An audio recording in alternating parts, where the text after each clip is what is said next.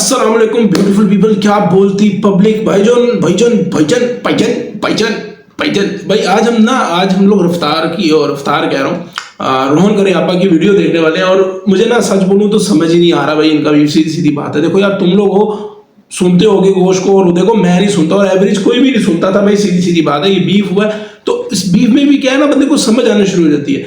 मैं उसके बाद कई दफा दोनों के गाने बैक टू बैक सुने भाई, एक हद तक आ रही है और उसके बाद फिर कंफ्यूज हो रहा है कि क्या है, मैं सही हूँ कि नहीं हूँ। तो भाई मेरे को ना खोलना पड़ा और इत्तेफाकन मेरे आगे वीडियो आ गई रोहन करियप्पा की, तो ट्रुथ बिहाइंड ट्रुथ, तो ये देखना पड़ेगा मेरे को। मैंने इसकी स्पीड थोड़ी बढ़ा दी है वीडियो की। स्टार्ट करते हैं रिकॉर्डिंग। और भाई पहली दफा ऐसा हो रहा है मेरे लिए कि मुझे रैप के कुछ कटा चटा ही नहीं पता चल रहा है कि भैंचोद हुआ तो हुआ क्या। तो इस बारे में हमें पता चल जाएगा। 35 मिनट की वीडियो है, लेट्स गो भाई। It will be a controversy-free year, but I think there are other plans. Hi, मेरा नाम है रोहन करियप्पा।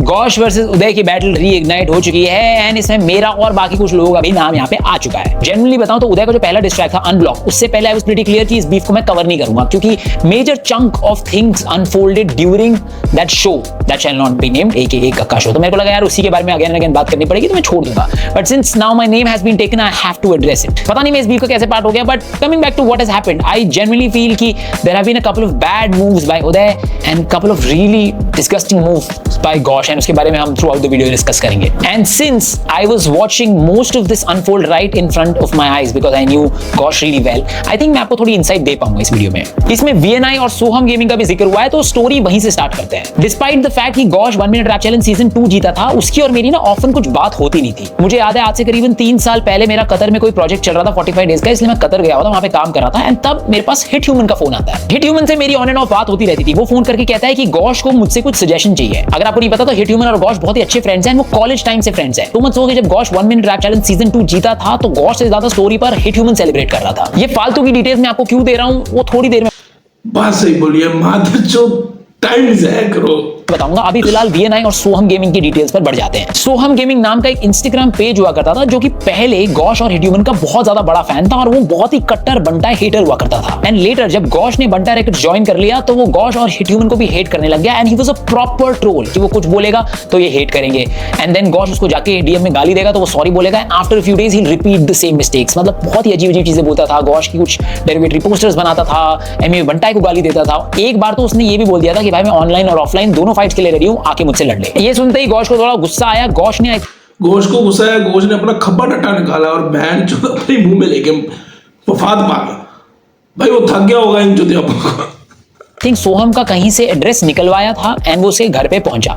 घर पे शायद उसके नाना और नानी थे। एंड घर पे जब वो पहुंचे तब पता लगा कि वो 12th क्लास का एक बच्चा है जो इंटरनेट पे जस्ट ट्रोलिंग कर रहा था। तो उसके नाना नानी के आगे उसको समझाया, शायद उसकी गुद्दी पकड़ी, I am not clear about that. And then वो वापस आ गए। सोहम गेमिंग का matter close. The only detail you need to know is Soham gaming used to be a part of this VNI group. Although जो वो बोल रहा था वो इनके इन्फ्लुएंस में आके नहीं। VNI वो प्रोड्यूसर है ना, उसी की बात कर रहा है। बोल रहा था वो अपनी खुद की इंडिपेंडेंट बात ही बोल रहा था जब वो बंटा रैकेट्स को या फिर Ghosh को या फिर हिट ह्यूमन को ट्रोल करता था। अब बात कर लेते हैं VNI की। VNI एक बीट प्रोड्यूसर हुआ करता था, जो जब स्टार्ट किया था उसने बीट प्रोडक्शन की अपनी जर्नी, तो वो हिट ह्यूमन के जो वीडियोस है ना उसके नीचे बैकग्राउंड म्यूजिक प्रोड्यूस करता था। And as he got better and better उसने फिर Ghosh के म्यूजिक को भी प्रोड्यूस करना शुरू कर दिया। शायद वो कहती थी एंड फ्लेक्स उसने प्रोड्यूस किया। I am not sure about these details. तो एक टाइम आया था जहां पे VNI Ghosh का फ्लेक्स नामक ट्रैक प्रोड्यूस कर रहा था, जो कि बंटा रैकेट्स के थ्रू रिलीज होना था। And he was also producing a track for this other artist named Arya, जिसका गाना कलमकार के थ्रू रिलीज होना था। उसके बाद ऐसा कुछ हुआ था कि VNI ने Ghosh के साथ मीटिंग करी अबाउट फ्लेक्स, एंड देन उसके बाद वो आर्या के साथ बैठा एंड देन वो खुद ही कॉन्टेम्पलेट करने लगा कि अगर मेरा ही गाना बंटा रैकेट से आता है, मेरा ही गाना कलमकार से आता है, तो कहीं भसड़ ना हो जाए और मेरे दोनों से कनेक्शंस खराब ना हो जाए।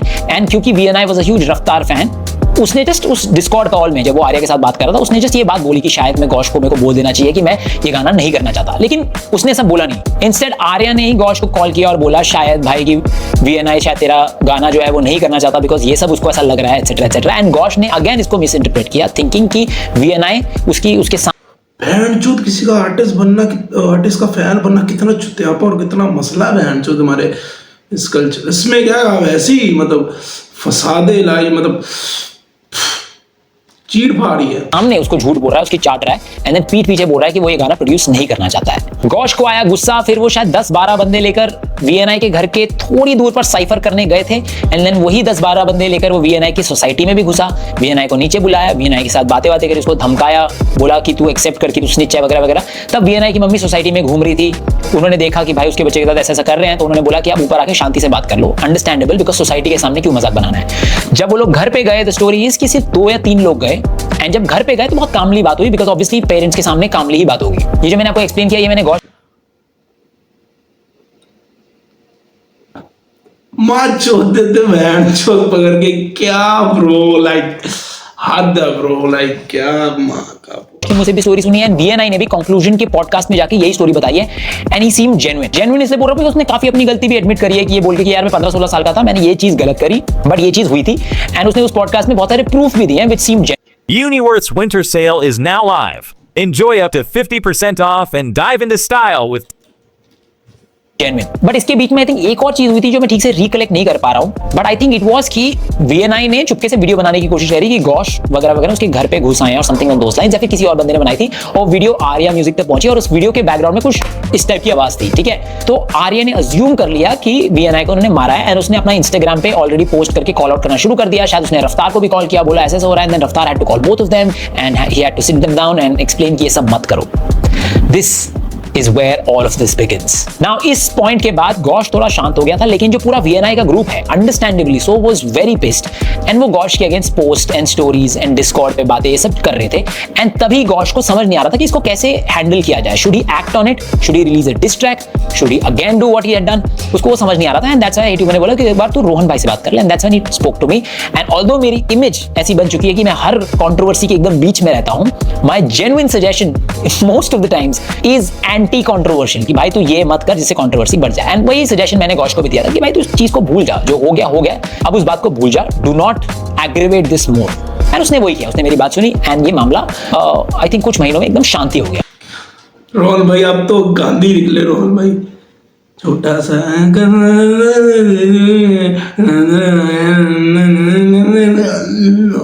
एंड इस दिन के बाद से मैं और गौश जो है वो टच में आ गए। We shared a very elder brother younger brother sort of a vibe. अगर कभी उसको एडवाइस चाहिए होती थी या कुछ पूछना होता था, he would call me up and हम लोग बैठ के बात करते थे। वो घर भी आया हुआ है। नाउ ये हमने सेट कर दी बेस। अब आ जाते हैं हम इस पर्टिकुलर बीफ पर। नाउ उदय ने जब पहले अपना अनब्लॉक डिस ट्रैक रिलीज किया, I am not going to lie, I lost a bit of respect for Uday as a beef rapper, not as a human but as a beef rapper, because कुछ tactically wrong decisions थे इसमें। मैं आपको बताता हूं क्यों। जब आप एक रैप बैटल कर रहे होते हो ना, you just have to out rap the other person. थोड़े स्मार्ट पंचलाइंस यूज करने होते हैं, बेहतर इंसर्ट्स होंगे तो आप बच जाओगे।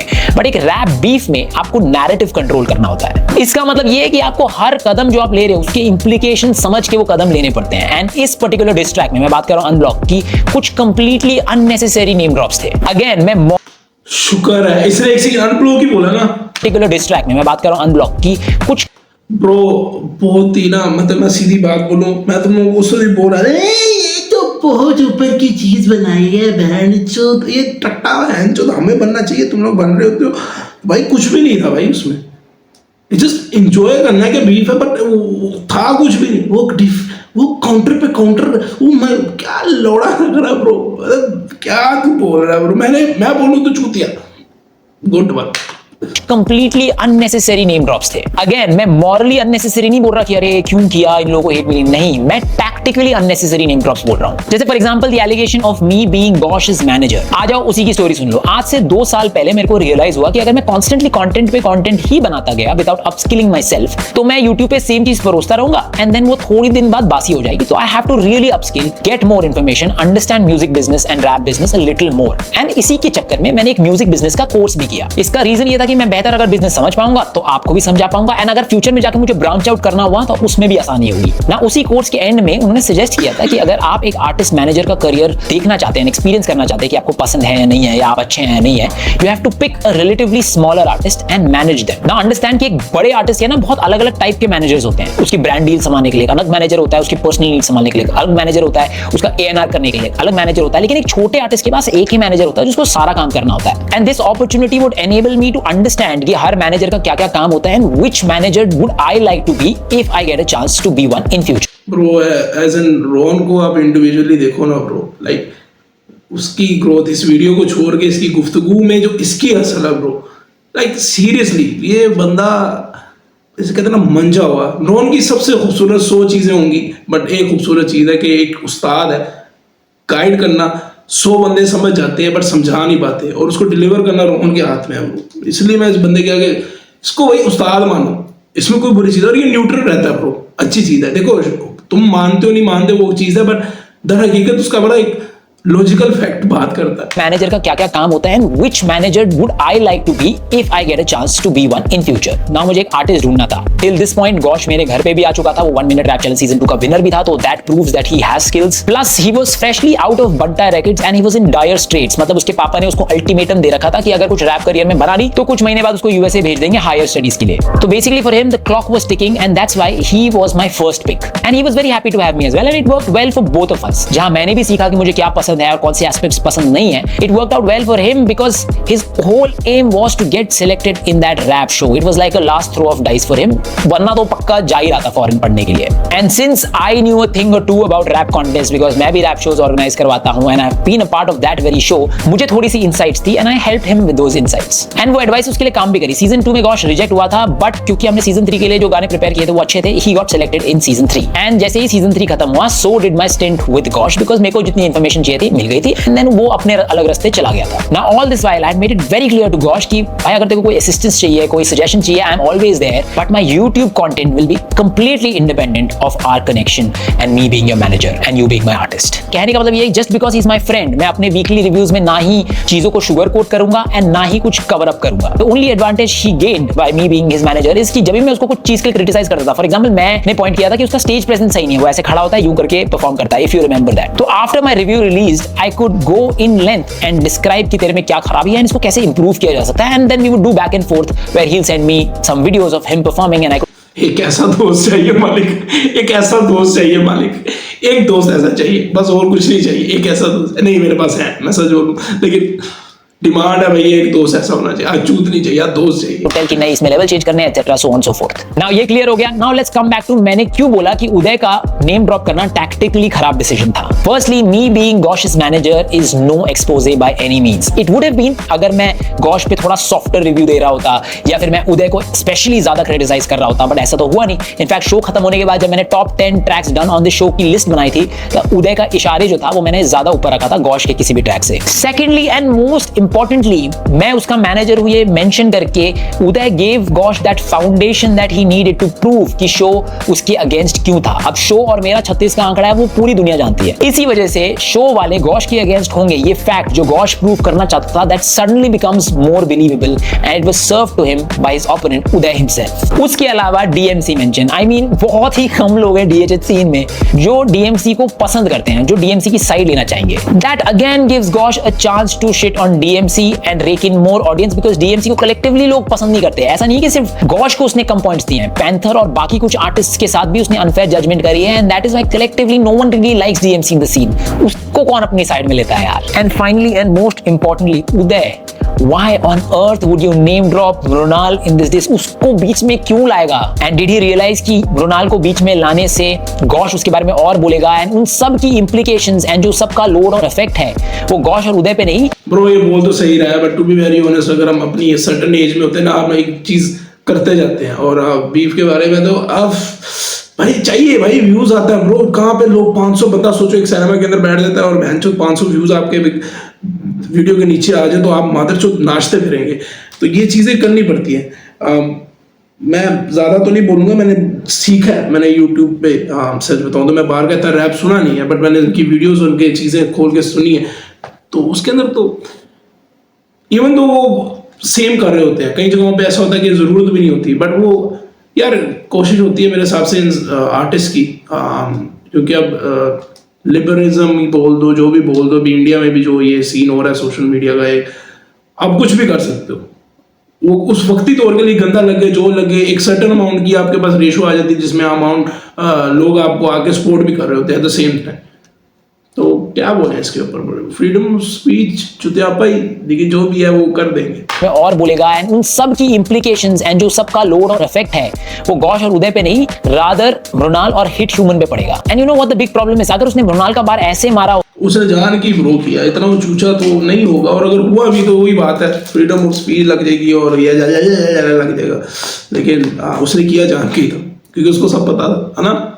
इस तरीके से स्ट्रक्चर करके जिसमें गॉश की हल्की सी बेइज्जती हो रही होती, जैसे फॉर एग्जांपल तूने मृणाल को कितना गंदा ट्रीट किया, लड़कियों को ऐसा ट्रीट करना तूने घर से सीखा क्या, समथिंग ऑन दोस लाइंस, मैं जस्ट रैंडम एग्जांपल दे रहा हूं, तब तो समझ में भी आती है बात। But bringing up Mrinal's name in this beef has only caused harm to Mrinal who is Uday's friend. All in all बताऊं तो उदय ने मेरे, मृणाल के और डीएमसी के बारे में कुछ चीजें रिवील करने की कोशिश तो करी है, बट उन चीजों का कोई इंपैक्ट ही नहीं है। In fact Gaush has used these info as ammunition to hit back at you Uday, but Mrinal वाली सिचुएशन में Uday is not the only one at fault. I am utterly disappointed by the way Gosh has handled this. So much so that जो मेरी Gosh के लिए respect थी as a human वो कम हो गई है। Now understand, Gosh की बैटल उदय के साथ है। Gosh ने शो को डिस किया, वो समझ आता है, because he had to prove कि शो उसके अगेंस्ट था, and that is why वो बैटल उदय जीत पाया। वो मुझे पूरी तरह समझ आया। बट कोई भी मुझे समझा दो कि मृणाल को डिस करने का क्या फायदा था। एज अ ह्यूमन आपको डिस नहीं करना चाहिए, वो तो अलग बात है, वो तो मैं आपसे बाद में पूछूंगा। बट टैक्टिकली भी क्या फायदा था आप बता दो। अगर Gosh उदय की गर्लफ्रेंड को डिस करता या फिर मृणाल ने उदय का सपोर्ट किया, ब्रो मेरे हिसाब से अगर व्यूअर कोई देख रहा होगा और इसने 4-5 गाने सुन लिए होंगे दोनों तरफ के, मतलब 2-2, 3-3 गाने, तो तुम लोगों को साफ साफ नजर आ रहा होगा, अगर एक ने चुतियापा किया ना ब्रो, उसके पास कुछ रीच नहीं थी बाहर निकलने की, ठीक है ना, उसके लिहाज से उस सर्टेन टाइम पे। और वो कहते हैं ना कि बस दिमाग फिरा हुआ, और मुझे तो ऐसा लग रहा था कि जिस तरह ये गाने डाल रहा है घोष, वो चोदने के चक्कर में है ब्रो। उसका गुस्सा 2-3 साल के अंदर उसने जो भी उसका बचकाना को जो भी को उसके अंदर गुस्सा शदीद उसने पेलना था बहन चो। वो नहीं देख के आया था कि किसकी माँ बहन है क्या है वो है, वो कहते हैं पंजाबी में कातो बाहर हो जाना, वो वाली चीज हुई थी। और उसको मौका कि एक्सक्यूज मेरे पे नहीं आएगा, शुरू इसने की। हमारे यहाँ पे देसी कल्चर में तो यही होता है कि अगला थोड़ा थम जाए, वो नहीं थमता, वो ऊपर चढ़ने की कोशिश करता है। जैसे घोष ने किया कि उसने 1 मिनट क्या जो वर्ड्स डाल दिए 450 या 460, उसने गेम पलट दिया, पासा पलट दिया, कन्वर्ट कर देना मेरे ख्याल से शायद उसने घोष ने किया। उसी तरह उदय ने किया था और उसका रिजल्ट उसको मिल गया, उदय को तो मिल गया ना ब्रो जो उसने चाहना था। गलत है सही है ये मैटर, क्या बोलूं मैं इस पे चुतियापा ये, लेकिन ठीक है। क्या होता कुछ स्टोरी डाल के किया, अरे क्या डिस्ट्रैक्ट डाला उदय, सुपर यार मजा ही आ गया, फाड़ दिया, अगर ऐसा कुछ मृणाल ने किया होता तब भी समझ आता है मृणाल को डिस करना। बट वो अपने काम से काम रख रहे हैं, दोनों कपल कंटेंट, होलसम कंटेंट बनाने में बिजी हैं, एंड समहाउ उनका नाम इस बीफ में आ जाता है। नाउ आई अंडरस्टैंड उन लोग का ब्रेकअप हुआ होगा तो थोड़े नास्टी टर्म्स पे हुआ होगा, एंड इस वजह से डिस किया। वो भी अगर मैं पॉइंट कंसीडर करूं तो पब्लिकली उसको एड्रेस करने से पहले क्या उसको अपने long time friend hit human के बारे में एक बार नहीं सोचना चाहिए था? क्या गॉश को ये पता नहीं था कि हिट ह्यूमन और मृणाल अब पब्लिकली एक रिलेशनशिप में है, एंड ये बार्स अपने गाने में इंक्लूड करने से ऑडियंस इनको कैसे रिसीव करेगी एंड कैसे रिसीव ये इसको जब होगा घोष को, जब ये सर्टेन टाइम गुजर जाएगा। अभी क्योंकि आग लगी हुई है, सब लोग बैठे हुए हैं उदय का रिप्लाई लेने के लिए, और इसका आग जो है ना ये 14 दिन के अंदर बुझ जाएगी, 15 दिन के अंदर। ये कल्चर इतना ही चलेगा ब्रो, और ये जब चल जाएगा, बीफ का इतना ही ज्यादा रोला होता है, 15-20 दिन या 1 महीना बहुत ज्यादा हो जाए तो इसकी हाइप रहती है, और गाने या चीजों की, गानों की इतनी उसका उन गुफ्तगुओं की। और आई थिंक मुझे नहीं पता पर्सनली हिट ह्यूमन कैसा है, बट अगर वो अच्छा इंसान है तो भाई एक औरत मर्दोली चीज, बट ठीक है ब्रो, मैं किसी को हेट नहीं कर सकता। करने के बाद इन बार्स पे रिएक्ट करेगी, और मैं हेट कर भी दूंगा ना तो एट द एंड की होएगा, वो कर बैठा है, जो कर बैठा है करने से पहले चीज होती है। एंड कैसे वो उन दोनों को अफेक्ट करेगा? क्या गॉश को इसका अंदेशा नहीं था? गॉश को तो पता होना ही चाहिए, बिकॉज आई रिमेंबर जब मचाएंगे 4 में कृष्णा ने गॉश का नेम ड्रॉप किया था तो वो एकदम एंशियस हो गया था, एकदम फिजिटी हो गया था। वो बोल रहा था ऐसा क्यों किया, ऐसा क्यों किया। I had to sit down and explain कि भाई डिस नहीं किया है, it will not cause you any harm, at the end of the day it is a compliment to you. And उसको वो बात समझने में भी काफी टाइम लग गई थी। तो गॉश बेसिकली नोज कि जब आप एक बीफ की क्रॉस फायर में फंस जाते हो, जब आपने कुछ नहीं किया होता फिर भी आप बीफ का एक पार्ट बनाते हो, इतना बुरा एक्सपीरियंस रहता है। बट उसको ये सेम चीज मृणाल के साथ करते हुए बुरा नहीं लगा। एंड इट्स सैड, कोइंसिडेंटली जब ये बीफ हो रही थी मैं मुंबई में था एक प्रोजेक्ट के सिलसिले में, एंड कोइंसिडेंटली मेरा हिट ह्यूमन और मृणाल से मिलने का भी प्लान था, and that day happened to be the next day of when this diss track released. And जब मैं उनसे मिला और बैठ के बात की तो मैंने उनसे पूछा if they gonna make a video addressing this, and their answer was no, they can't, because उनके पेरेंट्स उनकी वीडियोस देखते हैं, their parents know about their relationship, and जब वीडियो देखेंगे बहुत ज्यादा कंफ्यूजिंग और मर्की हो जाएगा matter, so they don't even have that option with them. Let me clearly reiterate, अगर गॉश और हिट ह्यूमन की बीफ होती एंड देन वो मृणाल को डिस करता, then it is a moral choice, समझ लो, देन मैं इतना ज्यादा अग्रेसिवली इसके अगेंस्ट नहीं बोलता, एंड अगर वो डिस कर देता then choice was in Hit Human's hand कि अगर उसको एमवीपी की तरह मां बहन करनी है या मुंह फाड़ की तरह मॉरल लाइंस पर ही रह के गेम खेलनी है, वो हिट ह्यूमन का चॉइस होता. But this is a diss directed towards the show and Uday and remove all the bars directed at Mrinal.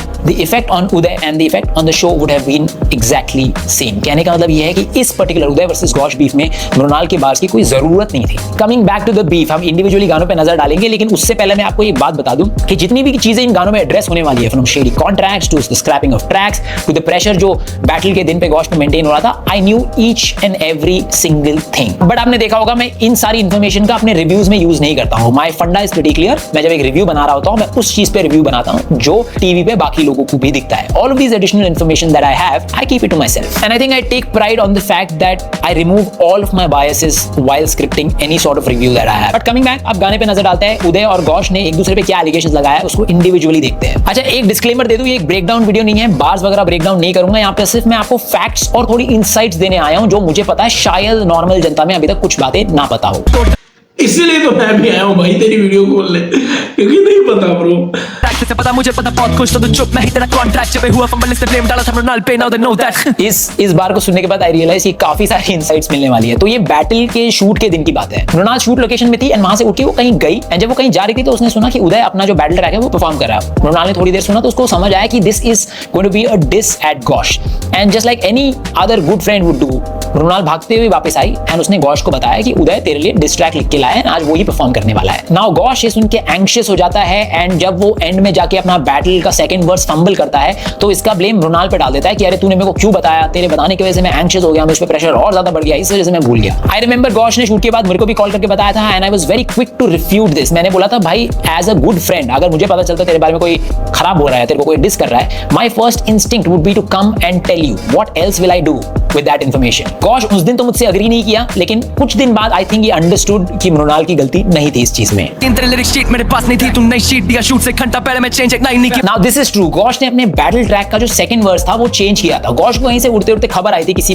बंदे के थ्रू कि उदय उसके अगेंस्ट डिस लिखने का प्लान कर रहा है, एंड घोष को टीम मैनेजमेंट जो थी उस शो की उस पर बिल्कुल भी भरोसा नहीं था. इसके क्रेडिट जाते हैं मेरे और सीजन 3 के संबंध की वजह से. वहां से कंटेस्टेंट मुझे कुछ बोल रहे थे, यहाँ से मैं कुछ बोल रहा था, वहां से जजेस कुछ बोल रहे थे, तो इसकी वजह से टेंशन बहुत ज्यादा बढ़ गई थी, एंड घोष को फील हो रहा था कि उसके साथ वो लोग अनफेयर कर रहे हैं बिकॉज ऑफ दिस. खैर, इसकी वजह से he couldn't trust anyone on the show, and the plan was कि वो एक और बैकअप वर्स लिखेगा जिसको वो सेकंड वर्स से रिप्लेस कर देगा, और वो बैकअप वर्स चैनल को ऑन द शूट दे देगा, ताकि उसके बाद अगर उदय ने वो शीट देख भी ली तो देन उसका काउंटर लिख के याद करना थोड़ा मुश्किल हो जाएगा, तो ही विल बी सेफ. खैर, इसके बाद सोहम और वीएनआई का जिक्र हुआ है, एंड इसकी स्टोरी तो हम ऊपर सुनी चुके हैं. तू मेरा फेवरेट था शुरू से and I killed the matter gun bar, तुझे लगे जो कि तुझ पे लिखे नहीं थे मैंने finish emo. I don't agree. I think Ghosh ने ना जाते ही किसी एक टीम मेंबर को बता दिया था कि मैं उसको मैनेज कर रहा हूं, thinking that it will help him. But जैसे जैसे सीजन आगे बढ़ता गया और मेरे रिव्यूज आते गए, me being his manager backfired at him.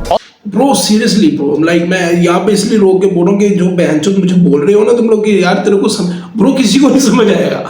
Rohan की वीडियो दे, अगर तुम घोष को उदय को पहली दफा सुन रहे हो उसका बीफ और ये ब्रो, उसकी इतनी ज्यादा हिस्ट्री है ब्रो, लाइक वो कई सालों से शायद दबा के रखे हुए थे. अब मेरे को कैसे पता चलता ब्रो ये इसके लिए, ये इसके लिए, बहनचोद मैं बैठा हूँ व्यू चोरी करने, मेरे को कैसे एकदम सडन आ जाएगा. या तो वो खुद इस तरीके से बताएं कि बहनचोद यार असल में ऐसा हुआ भी नहीं ना कि एक छोटे आर्टिस्ट, मतलब मैं इस तरह नहीं बोल रहा, कोई मतलब व्यूवरशिप के हिसाब से बड़े आर्टिस्ट नहीं थे, ठीक है ना, और एकदम बूस्टअप मिला उन्हें, तो समझ ना ब्रो. तो वो चीज समझ लो. दूसरा, इतना देर नहीं हुई, सर्टन हो रहा है, 1-2 हफ्ते बाद होता तो जाहिर बात है, मुझे मैं 1-2 हफ्ते बाद होता तो मुझे इधर उधर से अफवाहें इतनी आ जानी थी, किसी को भी नहीं समझ आया ब्रो. तुम्हें चाहिए हकीकत तो चाहिए ब्रो, समझ तो आया एटलीस्ट. ऑल्सो घोष थोड़ा स्टैंड लेने वाला बंदा है, थोड़ा एरोगेंट है, एंड इस टाइप के लोग मेकर्स को ना ज्यादा पसंद नहीं आते, तो that could be another reason. तू किसके साथ सोया था, तू ब्लॉक किया उसे भी, but still you couldn't kill her shadow.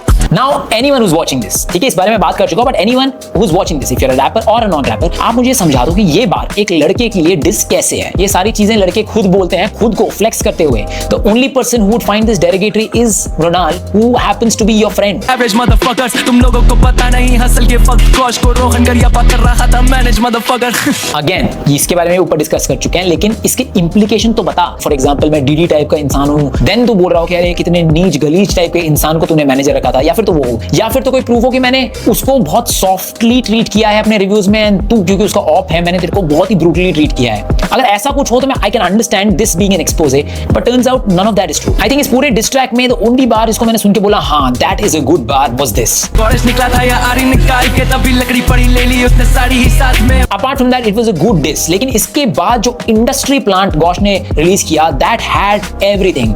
उसमें नैरेटिव ड्राइव हो रहा था, उसमें पंच लाइन्स थे, उसमें ब्रूटैलिटी थी। It was a complete diss track and Uday had to do something amazing to come back. And जब मैं वीडियो शूट कर रहा हूं आई थिंक उसके 20 मिनट पहले ही उदय ने एक डिस्ट्रैक्ट रिलीज किया है called victim card which is good. इसके बारे में वीडियो के एंड में बात करेंगे। अभी हम बात करेंगे इंडस्ट्री प्लांट के बारे में व्हिच इज अ डिस्ट्रैक्ट, जैसे मैंने आपको बताया, where Gosh comes all guns blazing with all the aggression he has. There's a lot to unpack here, so let's start. कड़ो बोलता और ये फंबल हो गया।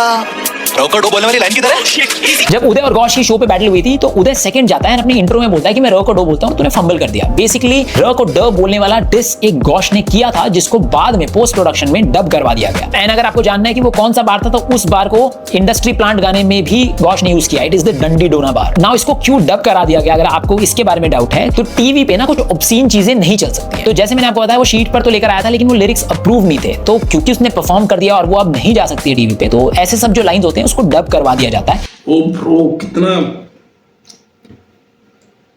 कितना दिमाग बहनचोद, you know.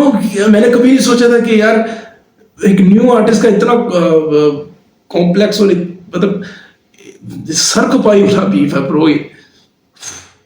This is nothing new and इसमें कोई कॉन्स्पिरेसी नहीं है। And this rule applies for everyone. मेरे को याद है ईपीआर का एक गाना था जिसमें उसने काऊ या गाय कुछ बोला था जिसको बाद में रीड अप करना पड़ा, रिप्लेस करना पड़ा, and then EPR chose the scientific name of cow to replace it which was very smart. That's why मुझे अभी तक याद भी है इस इंसिडेंट। ऑल इन ऑल वो जो डब करवाया है डंडी डोना वाला बात, that is a very normal thing. It is not very specific to Gosh and कुछ गुस्से में कराई हुई चीज नहीं है। बैटल के टाइम पता था हरा नहीं पाएगा मुझे लिरिकली, चैनल में था इसका टट्टा की तन मांगी जाके मेरी लिरिक्स शीट। अच्छा जो भी यहाँ पे बोलने वाला हूँ मैं आपको बता देता हूँ, all of these are allegations. इसको कोई प्रूव नहीं कर सकता, ना गॉश प्रूव कर सकता है ना मैं प्रूव कर सकता हूँ। The only person who can actually prove if that happened और नॉट इज उदय। तो बेसिकली जो शो की टीम थी उसमें एक यंग सा लड़का था जो कि उदय को बहुत पसंद करता था, एंड गॉश को ऑलवेज शक था कि यही बंदा है जो गॉश के लिरिक्स जाके उदय को लीक करता है। देयर इज अनदर थ्योरी जो कि कहीं और से उड़ती उड़ती आई है, दैट इज कि जिस होटल में रहते हैं वहां पे वॉशरूम में अगर आप प्रैक्टिस करो, अगर एक फ्लोर के वॉशरूम में तो दूसरे फ्लोर के वॉशरूम में सुनाई देता है, आवाज लीक होती है। द अदर थ्योरी इज कि maybe Gosh was practicing in his washroom and कहीं और उन्होंने सुन ली।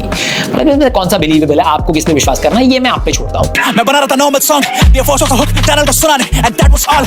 गानों मिली खबर मेरे लिरिक्स लीक करे नथिंग आई कुड से। और इसके बारे में हमने ऊपर भी बात करी थी। गॉश ने एक अलग गाना दिखाया था एंड देन वो एक और वर्स लिख के लाया था, बैकअप वर्स लिख के लाया था जिसको उसने शूट डे पे रिप्लेस किया बिकॉज़ उसको शक था कि उदय तक लिरिक्स पहुंच जाएंगी। शूट के दिन पे दिखाया वर्स मैंने इनकी गांड फटी देके चैनल देने लग गया 30 सेकंड गाएगा तो शो बंद करा देंगे। All of this is true and as much as I hate the show there is an explanation to this. Now TV पे हुई हर परफॉर्मेंस, हर ओरिजिनल परफॉर्मेंस के जो लिरिक्स होते हैं वो टीम वाले SNP अप्रूवल नामक एक चीज होती है उसको भेजते हैं। तो बेसिकली SNP अप्रूवल के लिए जाता है, वो ईच एंड एवरी वर्ड देखते हैं, each and every line and messaging देखते हैं और देखते हैं कि टीवी के लिए क्या ओके है। क्योंकि अगर कुछ SNP अप्रूव नहीं हुआ एंड कुछ भलता चला गया टीवी में, इंफॉर्मेशन ब्रॉडकास्ट मिनिस्ट्री ने देख लिया तो चैनल के लग जाएंगे। तो इसके बारे में चैनल बहुत ही ज्यादा पर्टिकुलर रहता है। Now gosh on that day of battle एक नया वर्स लेके पहुंचा। टीवी वालों के पर्सपेक्टिव से आप देखोगे तो उनको अब एक ऐसा वर्स प्ले करना है अपने चैनल पर या उसको शूट करना अपने चैनल पे जो कि SNP अप्रूव्ड नहीं है। एंड इसी वजह से मेकर्स थोड़े घबरा गए कि अगर SNP अप्रूव नहीं है और हमने शूट कर लिया तो हमारी टांग खींची जाएगी, हमारे को प्रॉब्लम हो जाएगी। लेकिन गॉश को ऐसा लगता है कि चैनल ये इसलिए कर रहा था बिकॉज वो चाहते थे कि गॉश उदय को डिस ना करे। अगेन दो पर्सपेक्टिव है, मुझे अपने वाला ज्यादा बिलीवेबल लगता है, आप खुद डिसाइड कर लो।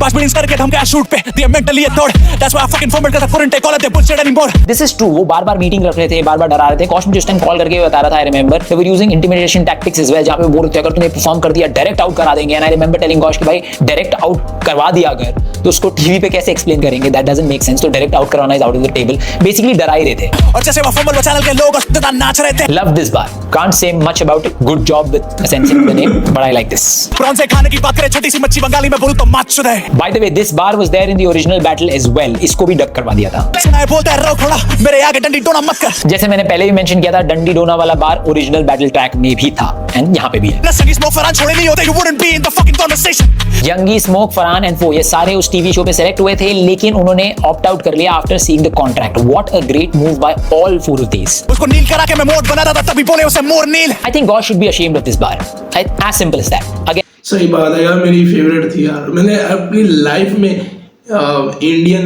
या इंडिया पाकिस्तान के अंदर कोई औरत को मैंने डेस्परेटली सुना है ना भाई, पागलों की तरह, मतलब दीवाना होके मैंने सुना है, तो वो यही है भाई। मैं इसका बहुत बड़ा फैन हूँ भाई, सीधी सीधी बात है। मैंने कभी किया नहीं व्यूज चोरी, या मैं बोला नहीं हूँ भाई। मैं वाकई मतलब आज भी गाने में इसके सुनता हूँ भाई, इतनी मतलब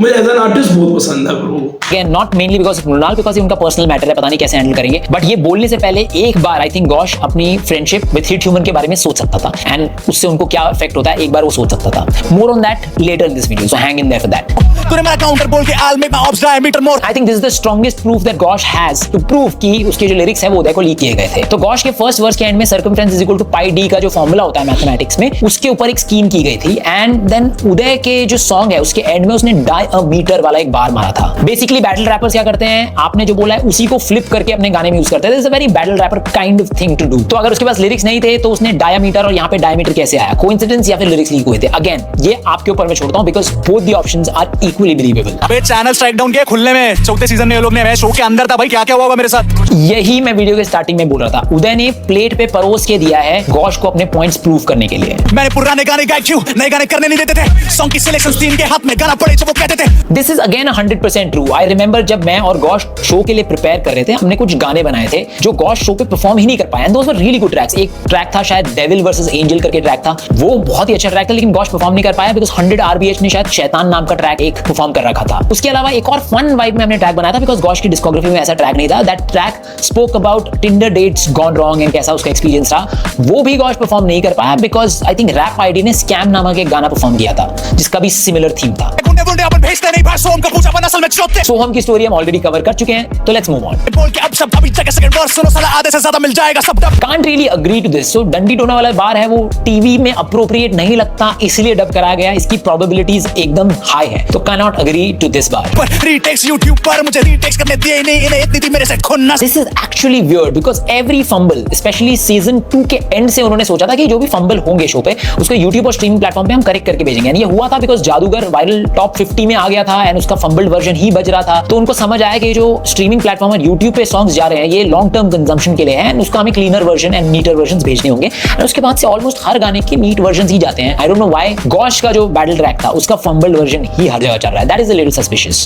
फाइनलिस्ट में से टॉप 3 मोस्ट वोटेड लोग आ गए हो। हां भाई हो गया, तुम लोग का जाओ भी घर पे जाओ। दिस इज टू रिफर कि कैसे फिनाले के दिन मृणाल, केडन और विजय दादा इन तीनों को सामने बुलाया एंड विदाउट एनी रीजन इन तीनों को शो से बाहर कर दिया गया। All of this happened just because the makers wanted Uday to win. अगर ब्रो मुझे ना बहुत कुछ पता चल रहा है, टू बी वेरी ऑनेस्ट। मैं देखता नहीं हूँ असल के शो, मेरे अंदर एक वो चीज़ है कि यही चीज़ें यार टीवी के ऊपर चीज़ें दिखाना और होता है भाई। ये जो बहुत बातें करते हैं ना कि फ्रीडम ऑफ स्पीच और ये वगैरह, आपको रिप्रेजेंट अच्छा पॉजिटिविटी डालना पड़ता है ब्रो, तो वो चीज़ें मुझे अच्छी लगती है। मुझे वो लगता है मेरे नज़रिए में फिलहाल इस उम्र के अंदर लगता है कि यार हकीकत पसंद होना चाहिए, but at the same time मैं कानून की और हर चीज़ की इज्जत करता हूँ और समझता हूँ, तो मैं इसलिए देखता नहीं हूँ। इसलिए ना मैंने किंग को देखा, ना बेलो को देखा, ना घोष को देखा, ना उदय को देखा, और किसी भी RCR जो भी किसी को नहीं देखा ब्रो। बाद में यूट्यूब पे जब आए, जब मैं सुनना शुरू हुआ, उससे पहले मैं कितने भी असल शो है मैंने एक भी नहीं देखा, क्योंकि वो मेरे को फैमिली वाले वो मेरे को मजा नहीं आता, जरा हिट करें। अगर वोट्स देखे जाए तो Kayden had to win, Mrinal was coming second, लेकिन शो की इतनी ऑलरेडी बेइज्जती हो गई थी कि मेकर सोच रहे थे कि शायद उदय को अगर हम टाइटल दे दे तो बची कुछ जो इज्जत है, थोड़ी सी जो इज्जत है वो हम रिडीम कर पाएंगे। एंड ऑनेस्टली आप ओवरऑल देखो तो आपको अच्छा लगेगा, चलो भाई उदय जीता है, स्किलफुल बंदा है, but if you look at it from Kayden's perspective, how unfair is that to him. पूरे सीजन मेकर्स ने केडन का यूज किया to rake in numbers because वो ही इकलौता बंदा था जो अच्छे नंबर्स लेकर आ रहा था उस सीजन में, एंड देन पूरे फॉर्मेट के हिसाब से वो जीतने वाला था, लेकिन विदाउट एनी रीजन उसको एंड मोमेंट पे बाहर कर दिया जाता है। Very sad actually. वहां पे गांड मरारी फिर आके उसके मुझे राज बता रही है, हम जिसको अपना मान बैठे वही दोनों साइड जाके मान सुधार। एंड फाइनली ये बात सुन के तो मैं यही बोलूंगा कि भाई मौत मिल जाए लेकिन गॉश जैसा दोस्त ना मिले किसी को।